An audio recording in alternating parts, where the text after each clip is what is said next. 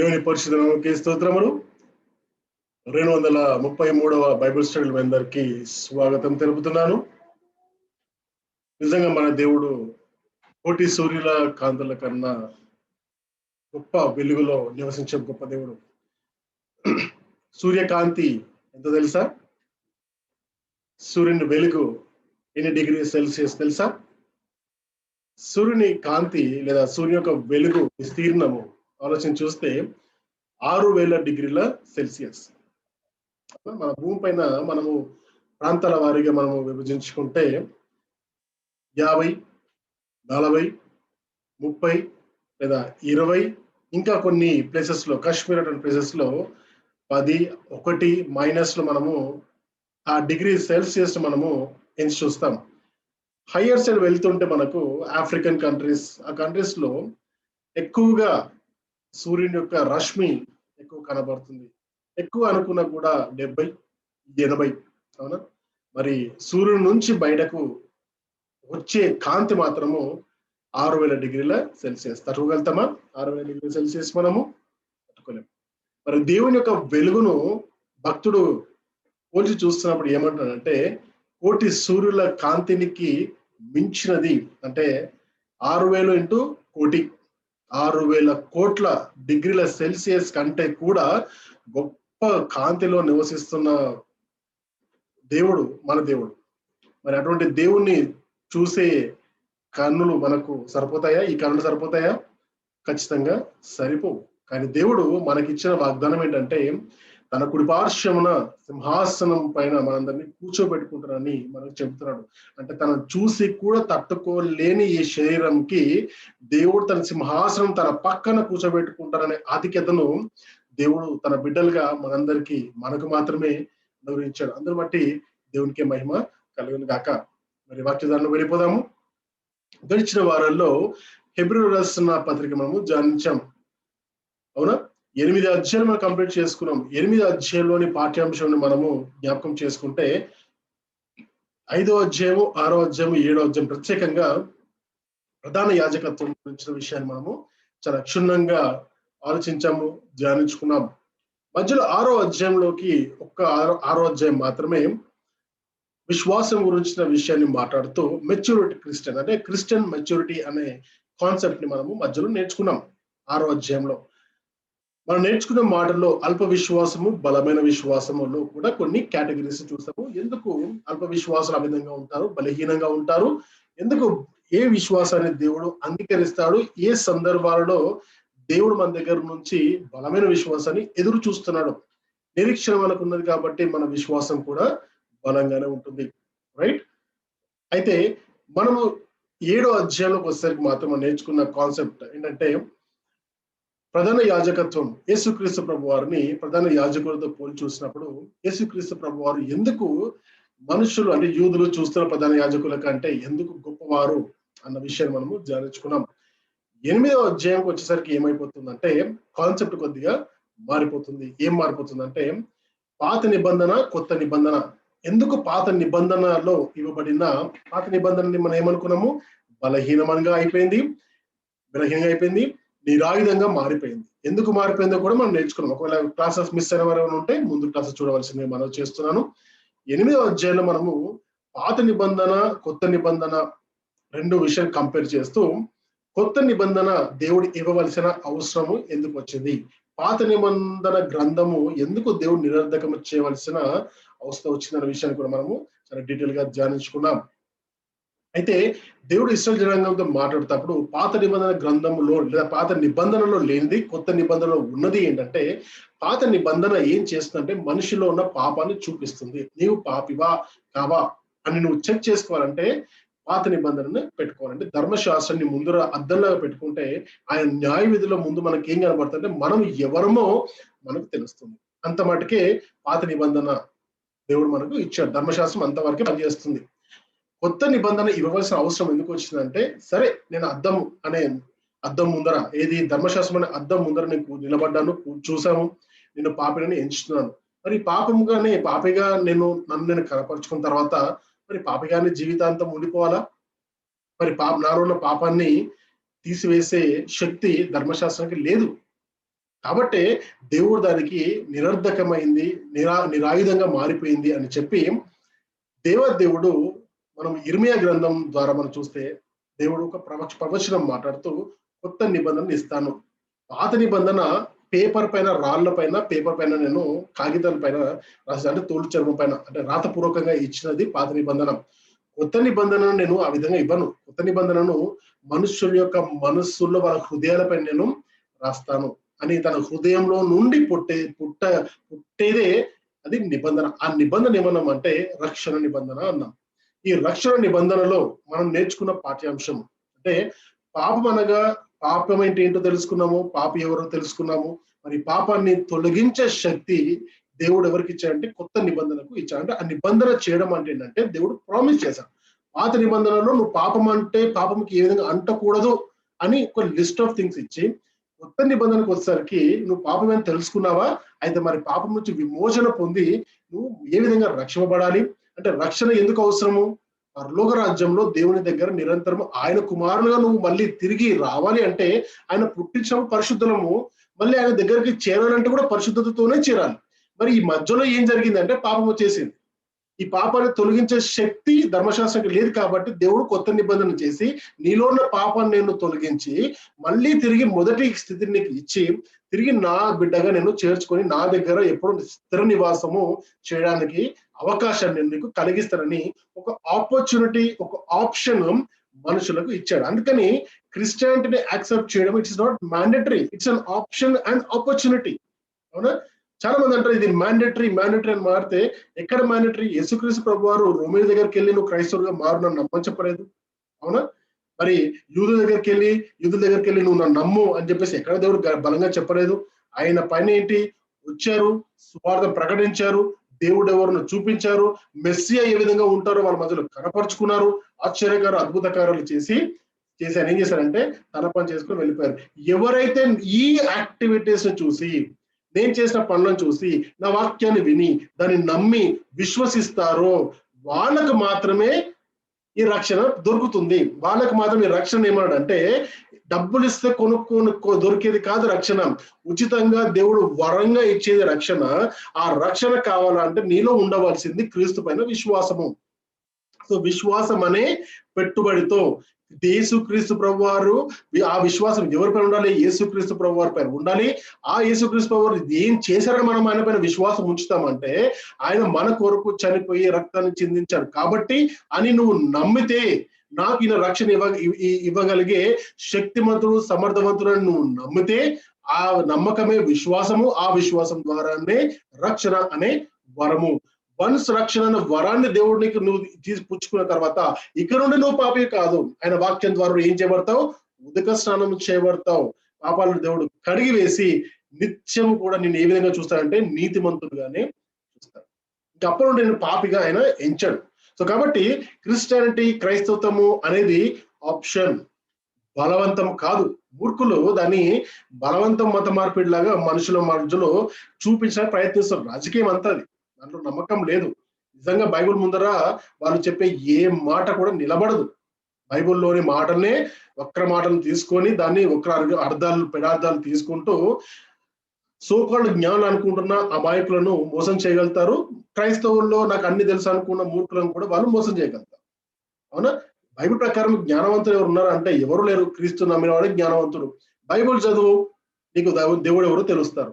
Bible చదవకుండా నేను విన్నదాన్ని బట్టి, నేను చూసిన దాన్ని బట్టి దేవుడు ఎవరు నాకు తెలుసు అనుకుంటే కనుక ఆ తప్పు పని మాత్రము ఏ క్రైస్తవుడు చేయకూడదు. ఎందుకంటే క్రైస్తవుల దగ్గరకు వచ్చి క్రీస్తే దేవుడా అని బైబిల్లో రెఫరెన్స్ చూపిస్తారు. పాప మనోళ్ళందరికీ తెల్ల ముక్కలు వేసుకుంటున్నారు. ఎందుకంటే వాళ్ళు ఓపెన్ చేసినంతగా బైబిల్ మనం ఎవరు ఓపెన్ చేయం కదా, అది ప్రాబ్లం అక్కడ. కాబట్టి నువ్వు నిజంగా జ్ఞానవంతుడు అయితే వాక్యాన్ని చదవడం మనం నేర్చుకోవాలి. ఇదే మనం నేర్చుకున్నాం, రైట్? అందుకే ప్రతిదినం ఈ విధంగా కొద్దిగా మనము జ్ఞానాన్ని నేర్చుకుంటూ మనము ధైర్యపరచుకుంటూ వెళ్తున్నాం, రైట్? 8వ అధ్యాయాన్ని ఈ విధంగా మనం పాత నిబంధన గ్రంథము, కొత్త నిబంధన గ్రంథం యొక్క కొత్త నిబంధన పాత నిబంధన కంటే ఎందుకు గొప్పది అనే విషయాన్ని మనము చాలా బలంగా నేర్చుకున్నాం. అవునా? అయితే ఇంకా అదే భాగంలో, అదే కంటిన్యూటీలో 9వ అధ్యాయంలో మనం ఎంటర్ అవుతే ఏమవుతుందంటే మొదటి 10 వర్షాలు, అంటే మొత్తం దీంట్లో ఉన్న అధ్యాయం అంతా కూడా 2 భాగాలుగా విభజించవచ్చు. 2 భాగాలుగా. మొదటి భాగము మొదటి వర్షం నుండి 9వ అధ్యాయం 1వ వర్షం నుండి 10 వచనాల వరకు మొదటి భాగంగా ఏం కనబడుతుంది అంటే వర్షిప్ ఇన్ ఎర్త్లీ టాబర్నాకల్, అంటే గుడారము, ఏ గుడారం గురించి మాడుతున్నాం మనము? దేవుని ఆలయము లేదా దేవుని యొక్క గుడారము ఏదంటే మనుషుల చేత ఏర్పాటు చేయబడిన గుడారం ఈ లోకంలో ఉన్నప్పుడు ఏ విధంగా ఉండే, అవునా, ఏ విధంగా ఉండే. ఆవరణం అంటే ఏంటి, ఆవరణంలో ఏముంటాయి, పరిశుద్ధ స్థలం అంటే ఏంటి, ఆ పరిశుద్ధ స్థలంలో ఏముంటాయి, అతి పరిశుద్ధ స్థలం అంటే ఏంటి, దాంట్లో ఏముంటాయి అన్న విషయాన్ని మనం ఈరోజు ధ్యానించుకుంటాం. ఓకే, ఇది కొద్దిగా ఓల్డ్ టెస్టమెంట్ తో రిలేటెడ్ ఉంటుంది. నేను కొన్ని ఇమేజెస్ మీకు చూపించి నేను ఎక్స్ప్లెయిన్ చేయడానికి నేను ప్రయత్నం చేస్తాను. మొదటిగా 10 వర్షం వాక్యం చదువుకుందాం. రెండో భాగం ఏముంటుందంటే యేసుక్రీస్తు ప్రభు వారి యొక్క రక్తం, ద బ్లడ్ ఆఫ్ క్రైస్ట్, అంటే క్రీస్తు యొక్క రక్తం ఎంత పవిత్రమైంది, పాపిని పవిత్రునిగా మార్చే శక్తివంతమైన రక్తం ఆయనది అని చెప్తూ దాన్ని సమర్థించుకుంటూ ఎందుకు ఆయన రక్తం ద్వారా మనకు విమోచన ఉంది అని చెప్పడమే రెండో భాగం యొక్క ఆలోచన. మరి 11వ వచనం నుండి ఆఖరి భాగం వరకు మనము ఆ కాన్సెప్ట్ చూస్తాం. మరి ఈ రోజు మన ఫోకస్ పాయింట్ పాఠ్యాంశం ఏంటంటే 9వ అధ్యాయం 1 నుంచి 10 వచనాలు చదువుదాం. మరి బైబిల్స్ ఓపెన్ చేసినట్టయితే మీరు హెబ్రీ రాసిన పత్రిక 9వ అధ్యాయం 1-10 వచనం మొదటిగా చదువుకుందాం. మనం మొదటి నిబంధనకైతే సేవా నియమములను ఈ లోక సంబంధమైన పరిశుద్ధ స్థలమును ఉండెను. ఎలాగనగా మొదట ఒక గుడారం ఏర్పరచబడెను, అందులో దీపస్తంభమును బల్లయు దాని మీద ఉంచబడిన రొట్టెలను ఉండెను. దానికి పరిశుద్ధ స్థలం అని పేరు. ఓకే, రెండవ తెరకు అవల అతి పరిశుద్ధ స్థలమును గుడారం ఉండెను. 4వ వచనం, అందులో సువర్ణ ధూపార్తియు అంతటను బంగారు రేకులతో తాపబడిన నిబంధన మందసము ఉండెను. ఆ మందసములో మన్నగల బంగారు పాత్రయు చిగురించిన అహరోను చేతికర్రయు నిబంధన పలకలు ఉండెను. 5వ వచనం, దానిపైని కరుణాపీఠమును కమ్ముకొనుచున్న మహిమగల కెరూబులుండెను. వీటిని గూర్చి ఇప్పుడు వివరముగా చెప్పవల్ల పడదు, ఎందుకంటే ఇది మనకి ఎక్కడ కనపడుతుంది, నిర్గమకాండము 25వ అధ్యాయంలో చాలా డీటెయిల్ గా మందసం ఏ విధంగా ఉంటుందో, ఏ విధంగా తయారు చేయాలో, దాని పూత ఏ విధంగా ఉండాలనే సంగతి మనము మోషేకు దేవుడు చెప్పబడడం జరుగుతుంది. అది నిర్గమకాండం 25వ అధ్యాయం నుంచి, ఇఫ్ ఐఎమ్ నాట్ రాంగ్, 25 నుంచి 29 వరకు దాదాపు అదే కాన్సెప్ట్ దేవుడు చాలా డీటెయిల్ గా చెప్పడము జరుగుతుంది. కెరూబుల గురించి కూడా అక్కడే రాయబడడం జరుగుతుంది. 6వ వచనం చదువుతున్నాం. ఇవి ఇలాగూ ఏర్పరచబడినప్పుడు యాజకులు సేవ చేయుచు నిత్యమును ఈ మొదటి గుడారములోనికి వెళ్ళుదురు గాని సంవత్సరమునకు ఒక్కసారి మాత్రమే ప్రధాన యాజకుడు ఒక్కడే రక్తము చేత పట్టుకొని రెండవ గుడారంలోనికి ప్రవేశించారు. రెండవ గుడారం అంటే ఏంటి? అతి పరిశుద్ధ స్థలం. అవునా? ఆ రక్తము తన కొరకును ప్రజల అజ్ఞాన కృతముల కొరకును అతడు అర్పించును. 8వ వచనం, దీన్ని బట్టి ఆ మొదటి గుడారం ఇంకా నిలుచుచుండగా అతి పరిశుద్ధ స్థలంలో ప్రవేశించు మార్గము బయలుపరచబడలేదని పరిశుద్ధాత్మ తెలియజేయుచున్నాడు. దీన్ని బట్టి ఆ మొదటి గుడారం ఇంకా నిలిచి ఉంటుండగా, అంటే పరిశుద్ధ స్థలం నిలిచిచుండగా అతి పరిశుద్ధ స్థలంలో ప్రవేశించు మార్గము బయలుపరచబడలేదు. ఇంకా అతి పరిశుద్ధ అంటే అలంకార రూపకంగా ఏం మాట్లాడుతున్నాయి ఇక్కడ అంటే, పరిశుద్ధ స్థలము దేవాలయం అయితే అతి పరిశుద్ధ స్థలము దేవుడు నివసించే స్థలం. అంటే దేవుని యొక్క పరలోక రాజ్యం గురించి మాట్లాడుతున్నది అక్కడ. అంటే ఆ గుడారం ఏర్పాటు చేయబడ్డప్పుడు దేవుని సన్నిధి ఏ విధంగా ఉంటుందని అలంకార రూపంగా మాత్రమే మనం మాట్లాడగలుగుతాం, కానీ ఎక్కడ కూడా దాన్ని డీటెయిల్ గా వివరించేది లేదు. ఆ జ్ఞానం ఎవరి దగ్గర లేదు. పరిశుద్ధాత్మ దేవుడు మనకేం చెప్తున్నంటే, ఈ విధంగా ఈ మొదటి గుడారం ఉన్నప్పుడు అతి పరిశుద్ధ స్థలము అన్న పరిశుద్ధ దేవుని యొక్క నివసించే స్థలంలో ప్రవేశించే మార్గం బయలుపరచబడలేదని పరిశుద్ధాత్మ తెలియజేస్తున్నాడు. అంటే ఇక రూట్ క్లియర్ కాలేదు అని చెప్తున్నాడు అక్కడ. అవునా? పరిశుద్ధ స్థలంలో ఉండి అతి పరిశుద్ధంలోకి వెళ్ళే రూట్ అందరికి క్లియర్ కాలేదు. సంవత్సరానికి ఒక్కసారే, అది కూడా ప్రధాన యాజకుడు మాత్రమే రక్తం పట్టుకొని అతి పరిశుద్ధంలోకి వెళ్ళాలి. అంటే అందరూ వెళ్ళే మార్గం ఇంకా చెప్పబడలేదు. దేనికి ఆలోచన చెప్తుంది ఇక్కడ? ఇది పాత నిబంధన. కొత్త నిబంధనలో మరి ప్రవేశించే అవకాశం ఉందా అంటే, క్రీస్తు చనిపోయినప్పుడు మనం నేర్చుకున్నాం. క్రీస్తు చనిపోయినప్పుడు ఏం జరిగింది? ఆ మధ్యలో ఉన్న తెర చినిగిపోయింది. పరిశుద్ధ స్థలానికి అతి పరిశుద్ధ స్థలానికి తెర చినిగిపోయింది. ఎప్పుడైతే తెర చినిగిపోయిందో బయట ఉన్న వాళ్ళందరికీ కూడా అతి పరిశుద్ధ స్థలంలో ఏముందో కూడా చాలా క్లియర్ గా కనపడడం ప్రారంభించారు. అంటే దారి తెలిసింది అందరికి, అది రక్షణ మార్గం. ఓకేనా? సో దాన్ని అలంకార రూపకంగా ఇక్కడ మనకు మాట్లాడుతున్నారు. 9వ వచనం చూద్దాం. ఆ గుడారము ప్రస్తుత కాలమునకు ఉపమానముగా ఉన్నది. ఈ ఉపమానార్థమును బట్టి మనస్సాక్షి విషయంలో ఆరాధకునికి సంపూర్ణ సిద్ధి కలగజేయలేని అర్పణలను బలులను అర్పింపబడుచున్నవి. ఇవి దిద్దుబాటు జరుగు కాలం వచ్చు వరకు విధింపబడి అన్నపానములతోనూ నానా విధములైన ప్రక్షాళనతోనూ సంబంధించిన శరీరాచారంతో మాత్రమై ఉన్నవి అని ఇక్కడ 10వ వచనం వరకు చూపిస్తారు.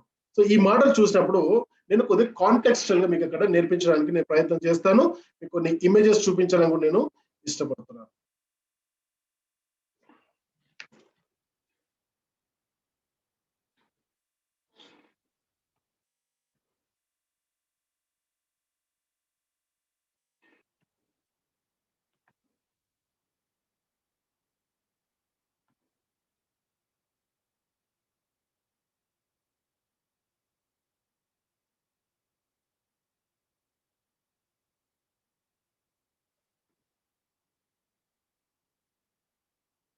మొదటిగా చూస్తే ఈ ఇమేజ్ మనం చూసుకుందాం.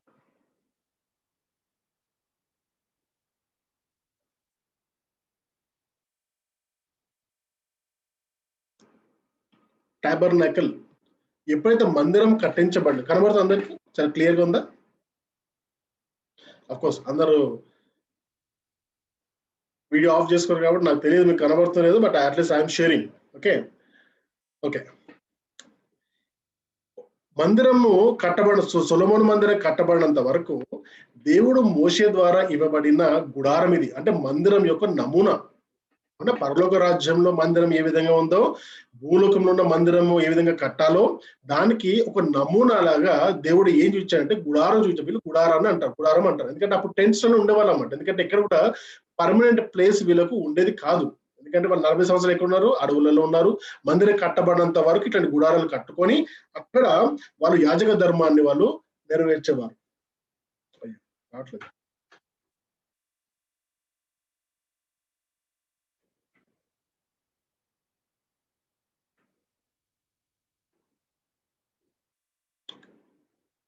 వస్తుందా? సారీ, స్క్రీన్ డిస్ప్లే అవ్వలేదు.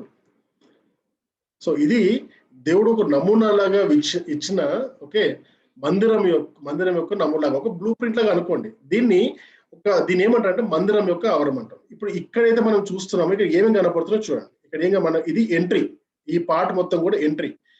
ఎవరైతే వాళ్ళ పాపల నిమిత్తము పశువులను దేవుడు చెప్పినటువంటి పశువులు ఇక్కడ కనబడుతున్నాయి కదా, పశువులను తీసుకొచ్చినప్పుడు పశువుల గురించిన బలియాగం ఇక్కడ జరుగుతుంది. మీరు చూస్తే ఇక్కడ పశువుని వధించినట్టుగా మనకి ఇక్కడ కనబడుతుంది. అవునా? ఇక్కడ వధించి తను ఏం చేస్తారంటే ఇక్కడ అగ్ని ఉంది కదా, ఇక్కడ కాల్చినప్పుడు అక్కడ నుండి ధూపము, ఇక్కడ కొవ్వుని దీంట్లో పోసినప్పుడు దీంట్లో నుంచి ధూపం పరలోకానికి ధూపం వల్ల వెళ్తుంది. ఏది? ఆ క్రొవ్వు. మేము నేర్చుకున్నాం కదా పాదంలో. దీంట్లో ఏమవుతుంది, ఒక పశువుని బలించినప్పుడు దాన్ని మొత్తం మాంసం సపరేట్ చేస్తారు, రక్తం సపరేట్ చేస్తారు. ఓకేనా? దాని యొక్క కొవ్వును కూడా సపరేట్ చేయడం జరుగుతుంది. ఈ మాంసాన్ని ఏం చేస్తారంటే ఉడకబెడతారు, రక్తాన్ని ఒక దగ్గర ఏం చేస్తారంటే చిలకరిస్తారు. ఎవరిపైన చిలకరిస్తారు? పాపం చేసిన వాళ్ళపైన చిలకరించినప్పుడు వాళ్లకు పాపక్షమాపణ దొరుకుతుందని నమ్మకం. సో ఆ విధంగా ఆచారపూర్వకంగా అప్పుడు జరిగింది అది. ఓకేనా? తర్వాత ఏదైతే కొవ్వు మిగిలిపోయిందో, ఫ్యాట్ మిగిలిపోయిందో దాన్ని దేవునికి ఎసెన్స్ లాగా బర్న్ చేస్తే, ఇది బలిపీఠం. ఈ బలిపీఠం పైన ఎప్పుడైతే దీన్ని బలి అర్పించి దేవునికి ఎసెన్స్ లాగా అర్పిస్తారో, ఆ అర్పించినప్పుడు ధూపం వలె అది దేవుని సన్నిధికి చేరుతుంది. ఇది ఈ పద్ధతి. అవునా? అయితే దీంట్లోకి దీన్ని ఆవరణము లేదా బలిపీఠం యొక్క ప్లేస్ కూడా అంటాం. ఇంకా కొద్దిగా ముందుకెళ్తే ఏం కనబడుతుంది అంటే పరిశుద్ధ స్థలము, ఈ లోపల అతి పరిశుద్ధ స్థలము. అవునా? ఈ అతి పరిశుద్ధ స్థలానికి మధ్యలో మీకు చూస్తే ఒక 4 పిల్లర్ల గణపతులు ఎంత కూడా కర్టన్ వేసి ఉంటుంది. ఎందుకంటే బయట ఉన్నవారు ఎవ్వరు కూడా ఇది చూడడానికి వీలేదు. అందుకని ఇక్కడ కూడా కర్టన్ చూడండి, ఇక్కడ కూడా కర్టన్ ఉంది. అవునా? ఈ కర్టన్ మనము ఇక్కడ వరకు అందరికీ అవకాశం ఉంది చూసేది. పరిశుద్ధ స్థలం చూసే అవకాశము చాలా తక్కువ మందికి ఉంటుంది. ఓకే, అతి పరిశుద్ధ స్థలము లోకి వెళ్ళడానికి మాత్రము కేవలం సంవత్సరం ఒక్కసారి ప్రధాన యాజకుడికి మాత్రమే అర్హత ఉంది. ఓకేనా? రైట్, నెక్స్ట్ చూద్దాం. అక్కడ ఏమున్నాయంట, ఇక్కడ మనం చూస్తే ఇక్కడ మనం వాక్యం ఒకసారి మనం వాక్యాన్ని చదువుతాను నేను. అక్కడ ఏముందని చెప్తున్నాడు అక్కడ?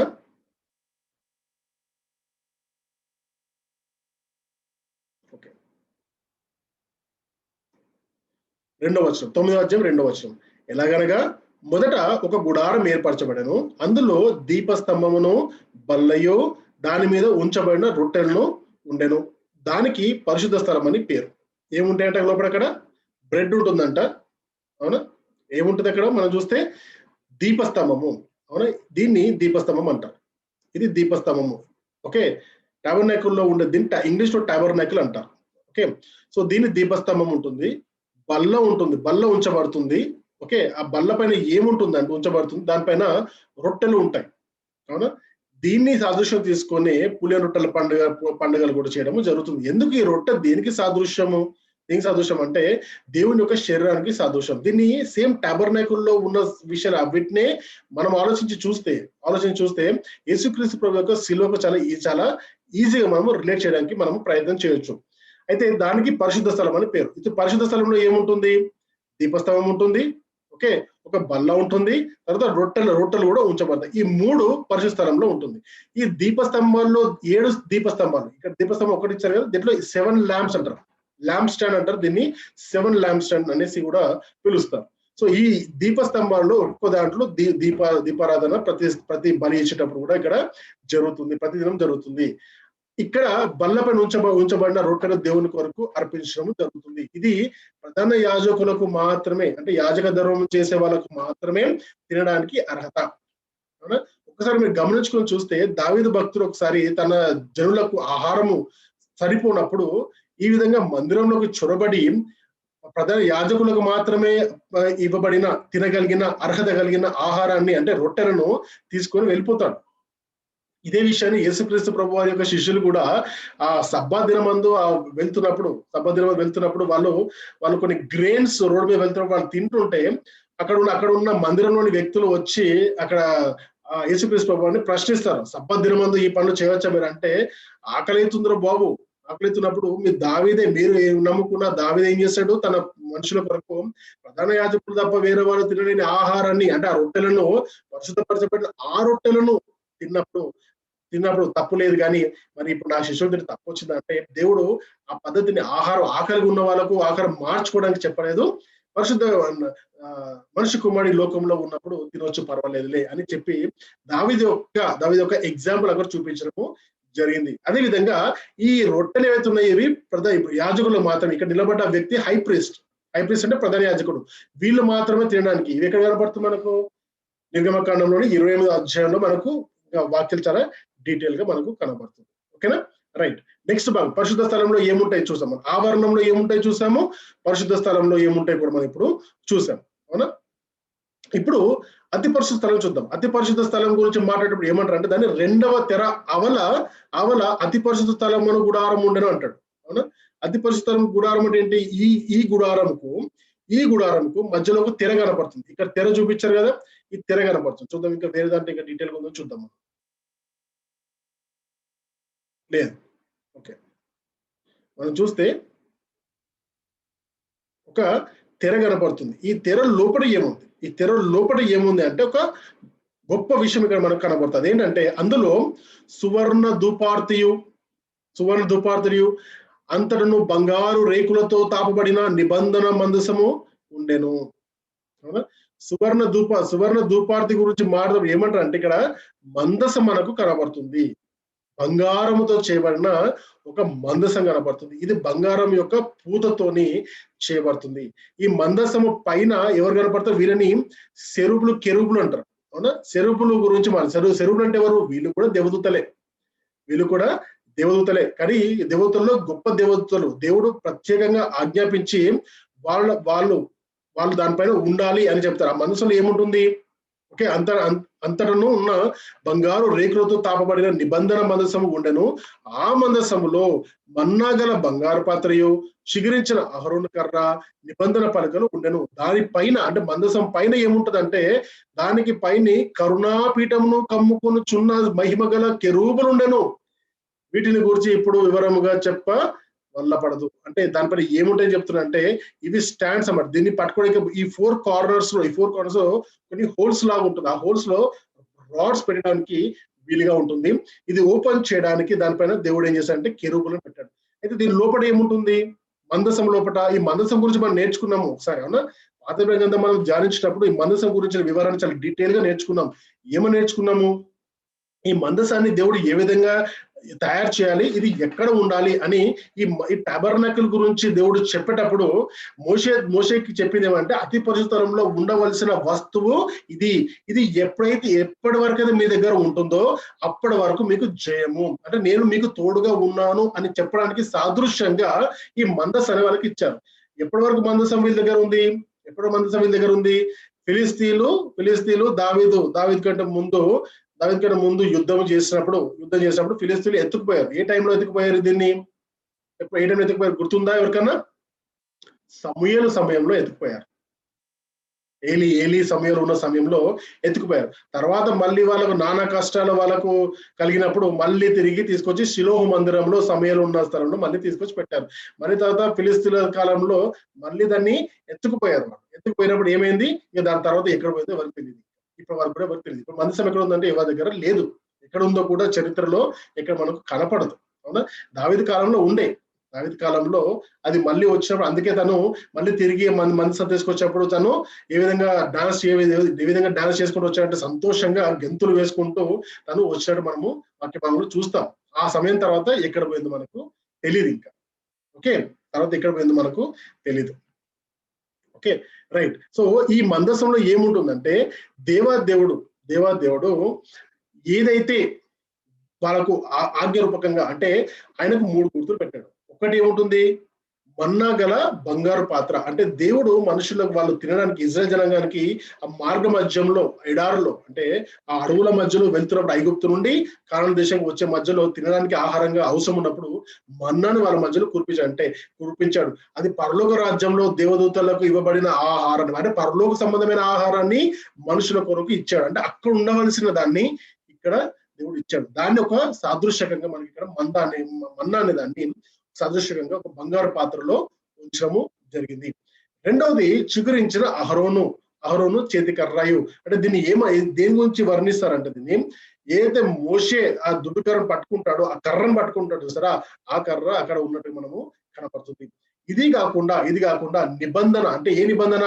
పాత నిబంధన పలకలు, పదాజ్ఞలు ఇవ్వబడిన 10 కమాండ్మెంట్స్ ఉన్న ఆ పలకలు, 2 పలకలు ఆ దాంట్లో మందసంలో ఉండేటివి. అంటే దేవుని యొక్క ఆజ్ఞలు, దేవుడు దేని ద్వారా, ఏ ఆయుధంతో దేవుడు చేసిన అద్భుత కార్యాలు, దాని తర్వాత దేవుడు పరలోక రాజ్యంలో ఉండవలసిన ఒక మన్నాని సాదృశ్యంగా చెప్పాలంటే దేవుణ్ణి మనము చూపించాలి మనుషుల కంటే. దీని ద్వారా మందసాన్ని చూపిస్తే దేవుడు ఎవరు మనకు కనబడతారు. అంత పరిశుద్ధంగా దాన్ని కాపాడుకోవాలి. దీన్ని ప్రధాన యాజకుడు లేదా లేవి సంతానం తప్ప ఇంకెవ్వరు దాన్ని ముట్టుకోవడానికి వీల్లేదు. ఉజ్జేదాన్ని ముట్టుకున్నప్పుడు స్పాట్ లో చనిపెడతాం, అవునా? అంత పరిశుద్ధమైన మందసం అది. అటువంటి మందసం అంటే నథింగ్ బట్ ఏంటంటే పరలోక రాజ్యమే భూలోకంలో ఉన్నట్టుగా. ఈ మందసాన్ని దేవుడు దేంతో రిలేట్ చేస్తున్నాడు అంటే యేసుక్రీస్తు ప్రభువుతో రిలేట్ చేస్తున్నాడు. తర్వాత కాలంలో సంఘంతో కూడా మనం చూస్తే దేవుడు కనపడాలి. మందసాన్ని ఉంటే ఎక్కడ విజయం ఏ విధంగా ఉంటుంది, దేవుని యొక్క ప్రజెన్స్ ఎక్కడ ఏ విధంగా ఉంటుందో అదే విధంగా సంఘము అంటే ఎవరు? క్రీస్తు యొక్క శరీరము, సార్వత్రిక సంఘం ఎక్కడ ఉంటుందో దేవుడు అక్కడే నివసిస్తాడు. సార్వత్రిక సంఘం యొక్క హృదయం ఏముందంటే దేవుని యొక్క ఆలయంగా నింపబడింది. అంటే మనము దేవుని యొక్క సార్వత్రిక సంఘం ఎవరంటే మనము దేవుని యొక్క సంఘము, మన హృదయంలో దేవుడు నివసిస్తున్నాడు అని సాదృశ్యంగా ఈ కాలంలో ఉపమాన రీతిగా మన ఇక్కడ కనబడుతుంది. ఇప్పుడు అర్థమైందా? ఇప్పుడు మనుషుల చేత ఇప్పుడు ఆ మందసం గురించిన విషయం మనం మాట్లాడుకొని చూస్తే, మనం ఆవరణము, పరిశుద్ధ స్థలము, అతి పరిశుద్ధ స్థలంలోకి ఎవరెవరు పోగలుగుతారు? ఒక్కరే పోగలుగుతారు. ఎవరు పోగలుగుతారంటే ప్రధాన యాజకుడు రక్తాన్ని పట్టుకొని సంవత్సరానికి ఒక్కసారి మాత్రమే తన పాపముల నిమిత్తము, తన ప్రజల పాపముల నిమిత్తము, తర్వాత అజ్ఞానకృతములు కొరకును, అంటే తను అజ్ఞానం చేసిన తప్పులు, తన కుటుంబాలు చేసిన తప్పులు, అదేవిధంగా ఇశ్రాయేలు జనాంగం చేసిన మిగతా గోత్రాలు చేసిన తప్పులు అన్నిటినీ కూడా దేవుని దగ్గర మొర పెట్టడానికి రక్తాన్ని తమ కుటుంబాలపై చిందించుకోవడానికి రక్తము అనేది అవసరము. ఈ రక్తాన్ని ఈ రోజున్న కాలంలో దేనితో మనం పోలుస్తున్నామంటే యేసుక్రీస్తు ప్రభు వారి యొక్క రక్తం. అంటే రక్తము ద్వారా పాప క్షమాపణ జరుగుతుంది అనే నమ్మకము దేవుడు అనే ప్రక్రియను లేదా ఆచారాన్ని దేవుడు ఆనాడు మోషే ద్వారా ఇచ్చాడు పాత నిబంధనలో. కొత్త నిబంధనలో దేవుడు యేసుక్రీస్తు ప్రభు తానే రక్తం చిందించి తన రక్తం ద్వారా మనకు పాప విమోచన ఇవ్వడం కొరకే ఇక్కడ హిబ్రీయులకు ఈ పత్రికను 9వ అధ్యాయం రాసేటప్పుడు మీరు ఆ విధంగా ఆనాటి కాలంలో పరిశుద్ధ స్థలం అతి పరిశుద్ధం ఏ విధంగా ఉందో, అంటే పరిశుద్ధ స్థలంకి అతి పరిశుద్ధ స్థలానికి మధ్యలో తెర ఏ విధంగా ఉందో అది లోపలికి వెళ్ళడానికి మీకు దారి తెలియదు కాబట్టి అప్పుడు మీరు ఏం చేసేవారంటే ప్రధాన యాజకుడు మాత్రమే వెళ్ళేవాడు. ఇప్పుడున్న ప్రస్తుత కాలంలో యేసుక్రీస్తు ప్రభు వారే ప్రధాన యాజకుడు అయితే ఆయన లోపలికి వెళ్ళడానికి సమర్థుడు. ఈ ప్రధాన యాజకుడు లోకరీతిగా ఉన్న ప్రధాన యాజకుడు తన పాపల నిమిత్తము తను మొదటగా తన పాపల నిమిత్తము తను దేవుని దగ్గర మొరపెట్టుకుంటాడు. కానీ మనము చెబుతున్న యేసుక్రీస్తు ప్రభు అనే ప్రధాన యాజకుడు ఆయన పాపల నిమిత్తమైన మొరపెట్టుకోవాల్సిన అవసరము లేదు. ఎందుకంటే తనలో పాపము లేదు కాబట్టి తన రక్తము పరిశుద్ధమైన రక్తము, తన పరిశుద్ధమైన రక్తము ద్వారానే మనుషులందరికీ పాప విమోచన దొరుకుతున్నది. కాబట్టి ఇప్పుడు పరిశుద్ధ స్థలానికి అతి పరిశుద్ధ స్థలానికి ఉండవలసిన దాని గ్యాప్ ఏదైతే తెర ఉందో దాని తెరను పర్మనెంట్ గా తెంచివేశాడు. there is no curtain between holy place and holy of the holy place, most holy place otherwise. Okay, so ఈ విధంగా ఆలోచించి చూస్తే దేవునికి మనకు అంటే మనుషులకు దేవునికి మధ్యగా ఉన్న ఆ పరిశుద్ధత అనే తెరను క్రీస్తు యొక్క రక్తము ద్వారా దాన్ని తెంచి రక్తం ద్వారా మన పాప విమోచన కలిగించి పాపులుగా ఉన్న మనల్ని పరిశుద్ధులుగా మార్చి దేవునికి మనల్ని ఆపోజిట్ లో నిలబెట్టాలనేది క్రీస్తు యొక్క ప్రయత్నము. ఆ ప్రయత్నంలోని భాగము, ఆ ఎక్స్పెరిమెంట్ లోని రిజల్ట్ ఎవరంటే మనమే. మనం పరిశుద్ధంగా ఉంటేనే ఆయన చేసిన ఎక్స్పెరిమెంట్ మనకు ఫలించినట్టు. ఒకవేళ మనం పరిశుద్ధంగా లేకపోతే ఆయన చేసిన ఎక్స్పెరిమెంట్ ఫెయిల్ అయినట్టు. ఆ ఎక్స్పెరిమెంట్ బలంగా నిలబడాలన్నా, అది నిలబడి గెలవాలన్నా, లేదా మనుషుల యొక్క తంత్రాలకు నిలబడాలన్నా దానికి ఎవరు నిలబెడతారంటే నా బిడ్డలను చూడు, నేను చేసిన నా రక్తం ద్వారా వీళ్ళ పాప విమోచన దొరికింది, వీళ్ళలో ఏ పాపము లేదో పరిశుద్ధత కలిగి ఉన్నారు అని చెప్పడానికే దేవుడు మనల్ని లోకంలో తన పత్రికలుగా చూపిస్తున్నాడు. అది దేవుడు మనకు చేసిన గొప్ప త్యాగం. ఆ త్యాగాన్ని మనం ఒకసారి జ్ఞాపకం చేసుకుంటే ఏమవుతుందంటే ఎంత గొప్ప ప్రణాళిక ఆనాటి కాలంలో చేశాడు. ఎందుకంటే పాత నిబంధన మోషే ద్వారా చేసేటప్పటికే మరి దేవుని ఆలోచనలో కొత్త నిబంధన గురించిన ఆలోచనలు లేవా అంటే ఖచ్చితంగా ఉన్నవి. కానీ కాలక్రమేణా కాలంకి మనుషుల్ని అలవాటు చేశారు. ఇప్పుడు ఈ వ్యక్తులకు చెప్పేటప్పుడు ఏం మారుతారంటే, యూదులకు చెప్పేటప్పుడు ఏం మారుతున్నారు అంటే, మీరు ఈ పద్ధతి మీరు నమ్ముతారే, ఈ పద్ధతిని ఏదైతే మీరు గుడారం యొక్క పద్ధతి ఏదైతే ఉందో దాన్ని మీరు నమ్ముతారు కదా, మరి ఇప్పుడు మరి ఆ విధంగా నమ్మినప్పుడు మరి క్రీస్తే తను చనిపోయాడు కాబట్టి మరి ఈ కొత్త నిబంధన ఏ విధంగా ఉంది, దానికంటే బలమైనదా కాదా అని వాళ్ళకే క్వశ్చన్ వేస్తూ ఉన్నాడు. అందుకే 9వ వర్షం మారుతూ ఆ గుడారము ప్రస్తుత కాలం అంటే ఈ కాలమునకు ఏ విధంగా కనబడుతుంది, ఆ గుడారము ఉపమానముగా ఉన్నది. ఉపమానం ఒక ఎగ్జాంపుల్ లాగా, ఒక ఇల్లస్ట్రేటివ్ లాగా అలంకార రూపంగా మనకు కనబడుతుంది. అయితే ఈ ఉపమానార్థమును బట్టి మనస్సాక్షి విషయంలో ఆరాధకునికి సంపూర్ణ సిద్ధి కలుగ చేయలేని అర్పణలను బలులను అర్పింపబడుచున్నవి. అంటే ఆ ఉపమానార్థం ఏంటి? ఆ పాత గ్రంథం ప్రకారము ఈ ప్రస్తుత కాలంలో కూడా మనం ఆలోచన చూస్తే ఆరాధకునికి సంపూర్ణ సిద్ధి కలుగ చేయాలంటే ఏం చేశారు వాళ్ళు? అప్పటి కాలంలో సంపూర్ణ సిద్ధి కలుగజేయలేని అర్పణలను బలను అర్పించుచున్నవి. ఇప్పటికి కూడా వాళ్ళు నమ్మినది సిద్ధాంతాలు ఏంటంటే, ఇప్పటికి కూడా మా పాపల నిమిత్తం పశువులను మేము బలిస్తాము అని ఆ అర్థాన్ని వాళ్ళ మధ్యలో చూపిస్తారు. దాన్ని ఇంకా అక్కర్లేదు, మనం బల్ల అర్పణ చేయవలసిన అక్కర్లేదు అని ప్రస్తుత కాలం గురించి మాడుతూ 10వ వర్షంలో ఇవి దిద్దుబాటు జరుగు కాలము వచ్చు వరకు విధింపబడి, ఏ దిద్దుబాటు కాలము? కొత్త నిబంధనలోని దిద్దుబాటు కాలం. అంటే ఇంకా బలు అర్పణల ద్వారా, అంటే పశువుల రక్తం ద్వారా మనుషుల యొక్క పాపములకు విమోచన కలగదు అని చెప్పే కాలము వచ్చు వరకు అవి జరుగుతూనే ఉంటాయి. అయితే ఏంటి? విధింపబడి అన్నపానములతో నానా విధములైన ప్రక్షాళనలతోనూ సంబంధించిన శరీరాచరణలు మాత్రమే ఉన్నది. అవునా? మీ ఆచారాల గురించి మళ్ళీ అంటే ఎందుకు ఈ మాటలు వీళ్ళకి ఇంత ఖచ్చితంగా చెప్పబడుతుంది? గ్రంథకర్త ఎందుకు ఇంత ఖచ్చితంగా మాట్లాడుతున్నారు అంటే, బాబు మీరు మళ్ళీ క్రీస్తుని నమ్ముకొని తిరిగి మళ్ళీ మీరు మేము మేము యూద మతంలో వెళ్ళిపోతాము, ఈ క్రైస్తత్వం మీద మాకు క్లారిటీ లేదు, మాకు అర్థం అవ్వట్లేదు అనుకుంటారు కదా. అయితే మీరు నమ్మిన యూద మతంలో ఉంచి మాట్లాడుతూ దాంట్లో నుండి వచ్చిన సారాంశమే క్రీస్తు సారాంశము, క్రీస్తు నిబంధన. అది ఆశీర్వాద నిబంధన అబ్రహాం ద్వారా పొందినారు, ఇక్కడ రక్షణ నిబంధన క్రీస్తు ద్వారా మీరు పొందుకున్నారు. దాన్ని దేవుడు పాత నిబంధన అన్నాడు, దీన్ని కొత్త నిబంధన అన్నాడు. పాత నిబంధన నిరర్ధకం అవ్వకపోతే కొత్త నిబంధన ఇవ్వవలసిన అవసరం దేవుడికి వచ్చేదే కాదు. పాత నిబంధన పైన ఓవర్టేక్ చేస్తూ కొత్త నిబంధన దేవుడు మనకు ఇచ్చాడు. సో ఇప్పుడు ఏది మనం రూల్ చేయాలంటే పాత నిబంధన ప్రకారమైన బలి అర్పణలు కాదు, రక్షణ నిబంధనమైన విశ్వాసము ద్వారా మనము బ్రతకాలి. విశ్వాసం ద్వారానే పాప విమోచన దొరుకుతుంది, క్రీస్తు ద్వారానే పాప విమోచన దొరుకుతుంది, ఇంకా దేని వల్ల కూడా దొరకదని క్లియర్ కట్ గా వాళ్ళ మధ్యలో చెప్పడానికి ఆ తెర అనేది అడ్డంగా పెట్టాడు. అవునా? అందుకే మనం పైన వర్షాలు చూసినప్పుడు దీన్ని బట్టి 8వ వచనం, దీన్ని బట్టి ఆ మొదటి గుడారం ఇంకా నిలుచుచుండగా అతి పరిశుద్ధ స్థలంలో ప్రవేశించే మార్గం బయలుపరచబడలేదని పరిశుద్ధాత్మ తెలియజేస్తున్నారు. ఇంకా పాత దాంట్లో ఉన్నారు, ఇంకా దేవుడు మీకు దూరంగా ఉన్నారు అనుకుంటున్నారు బాస్. దేవుడు వచ్చేసాడు మీ మన మధ్యలోకి, ఆ తెర చినిగిపోయింది, అవసరం లేదు. దేవునికి మనకి క్రీస్తు ద్వారా ముఖాముఖి పరిచయం చేసే సమయము వచ్చేసింది. అది క్రీస్తు పైన విశ్వాసం ద్వారా మాత్రమే సాధ్యం. ఈ మాటల్ని చెబుతూ ఏమంటారంటే ఆ పాత టబర్నెకల్ ని ఈ ప్రస్తుత కాలంలో క్రీస్తుతో సంఘముతో కంపేర్ చేస్తూ చెప్పబడిన మాటలు. ఇది శరీర సంబంధమైన గుడారంగా మనము చూస్తాం.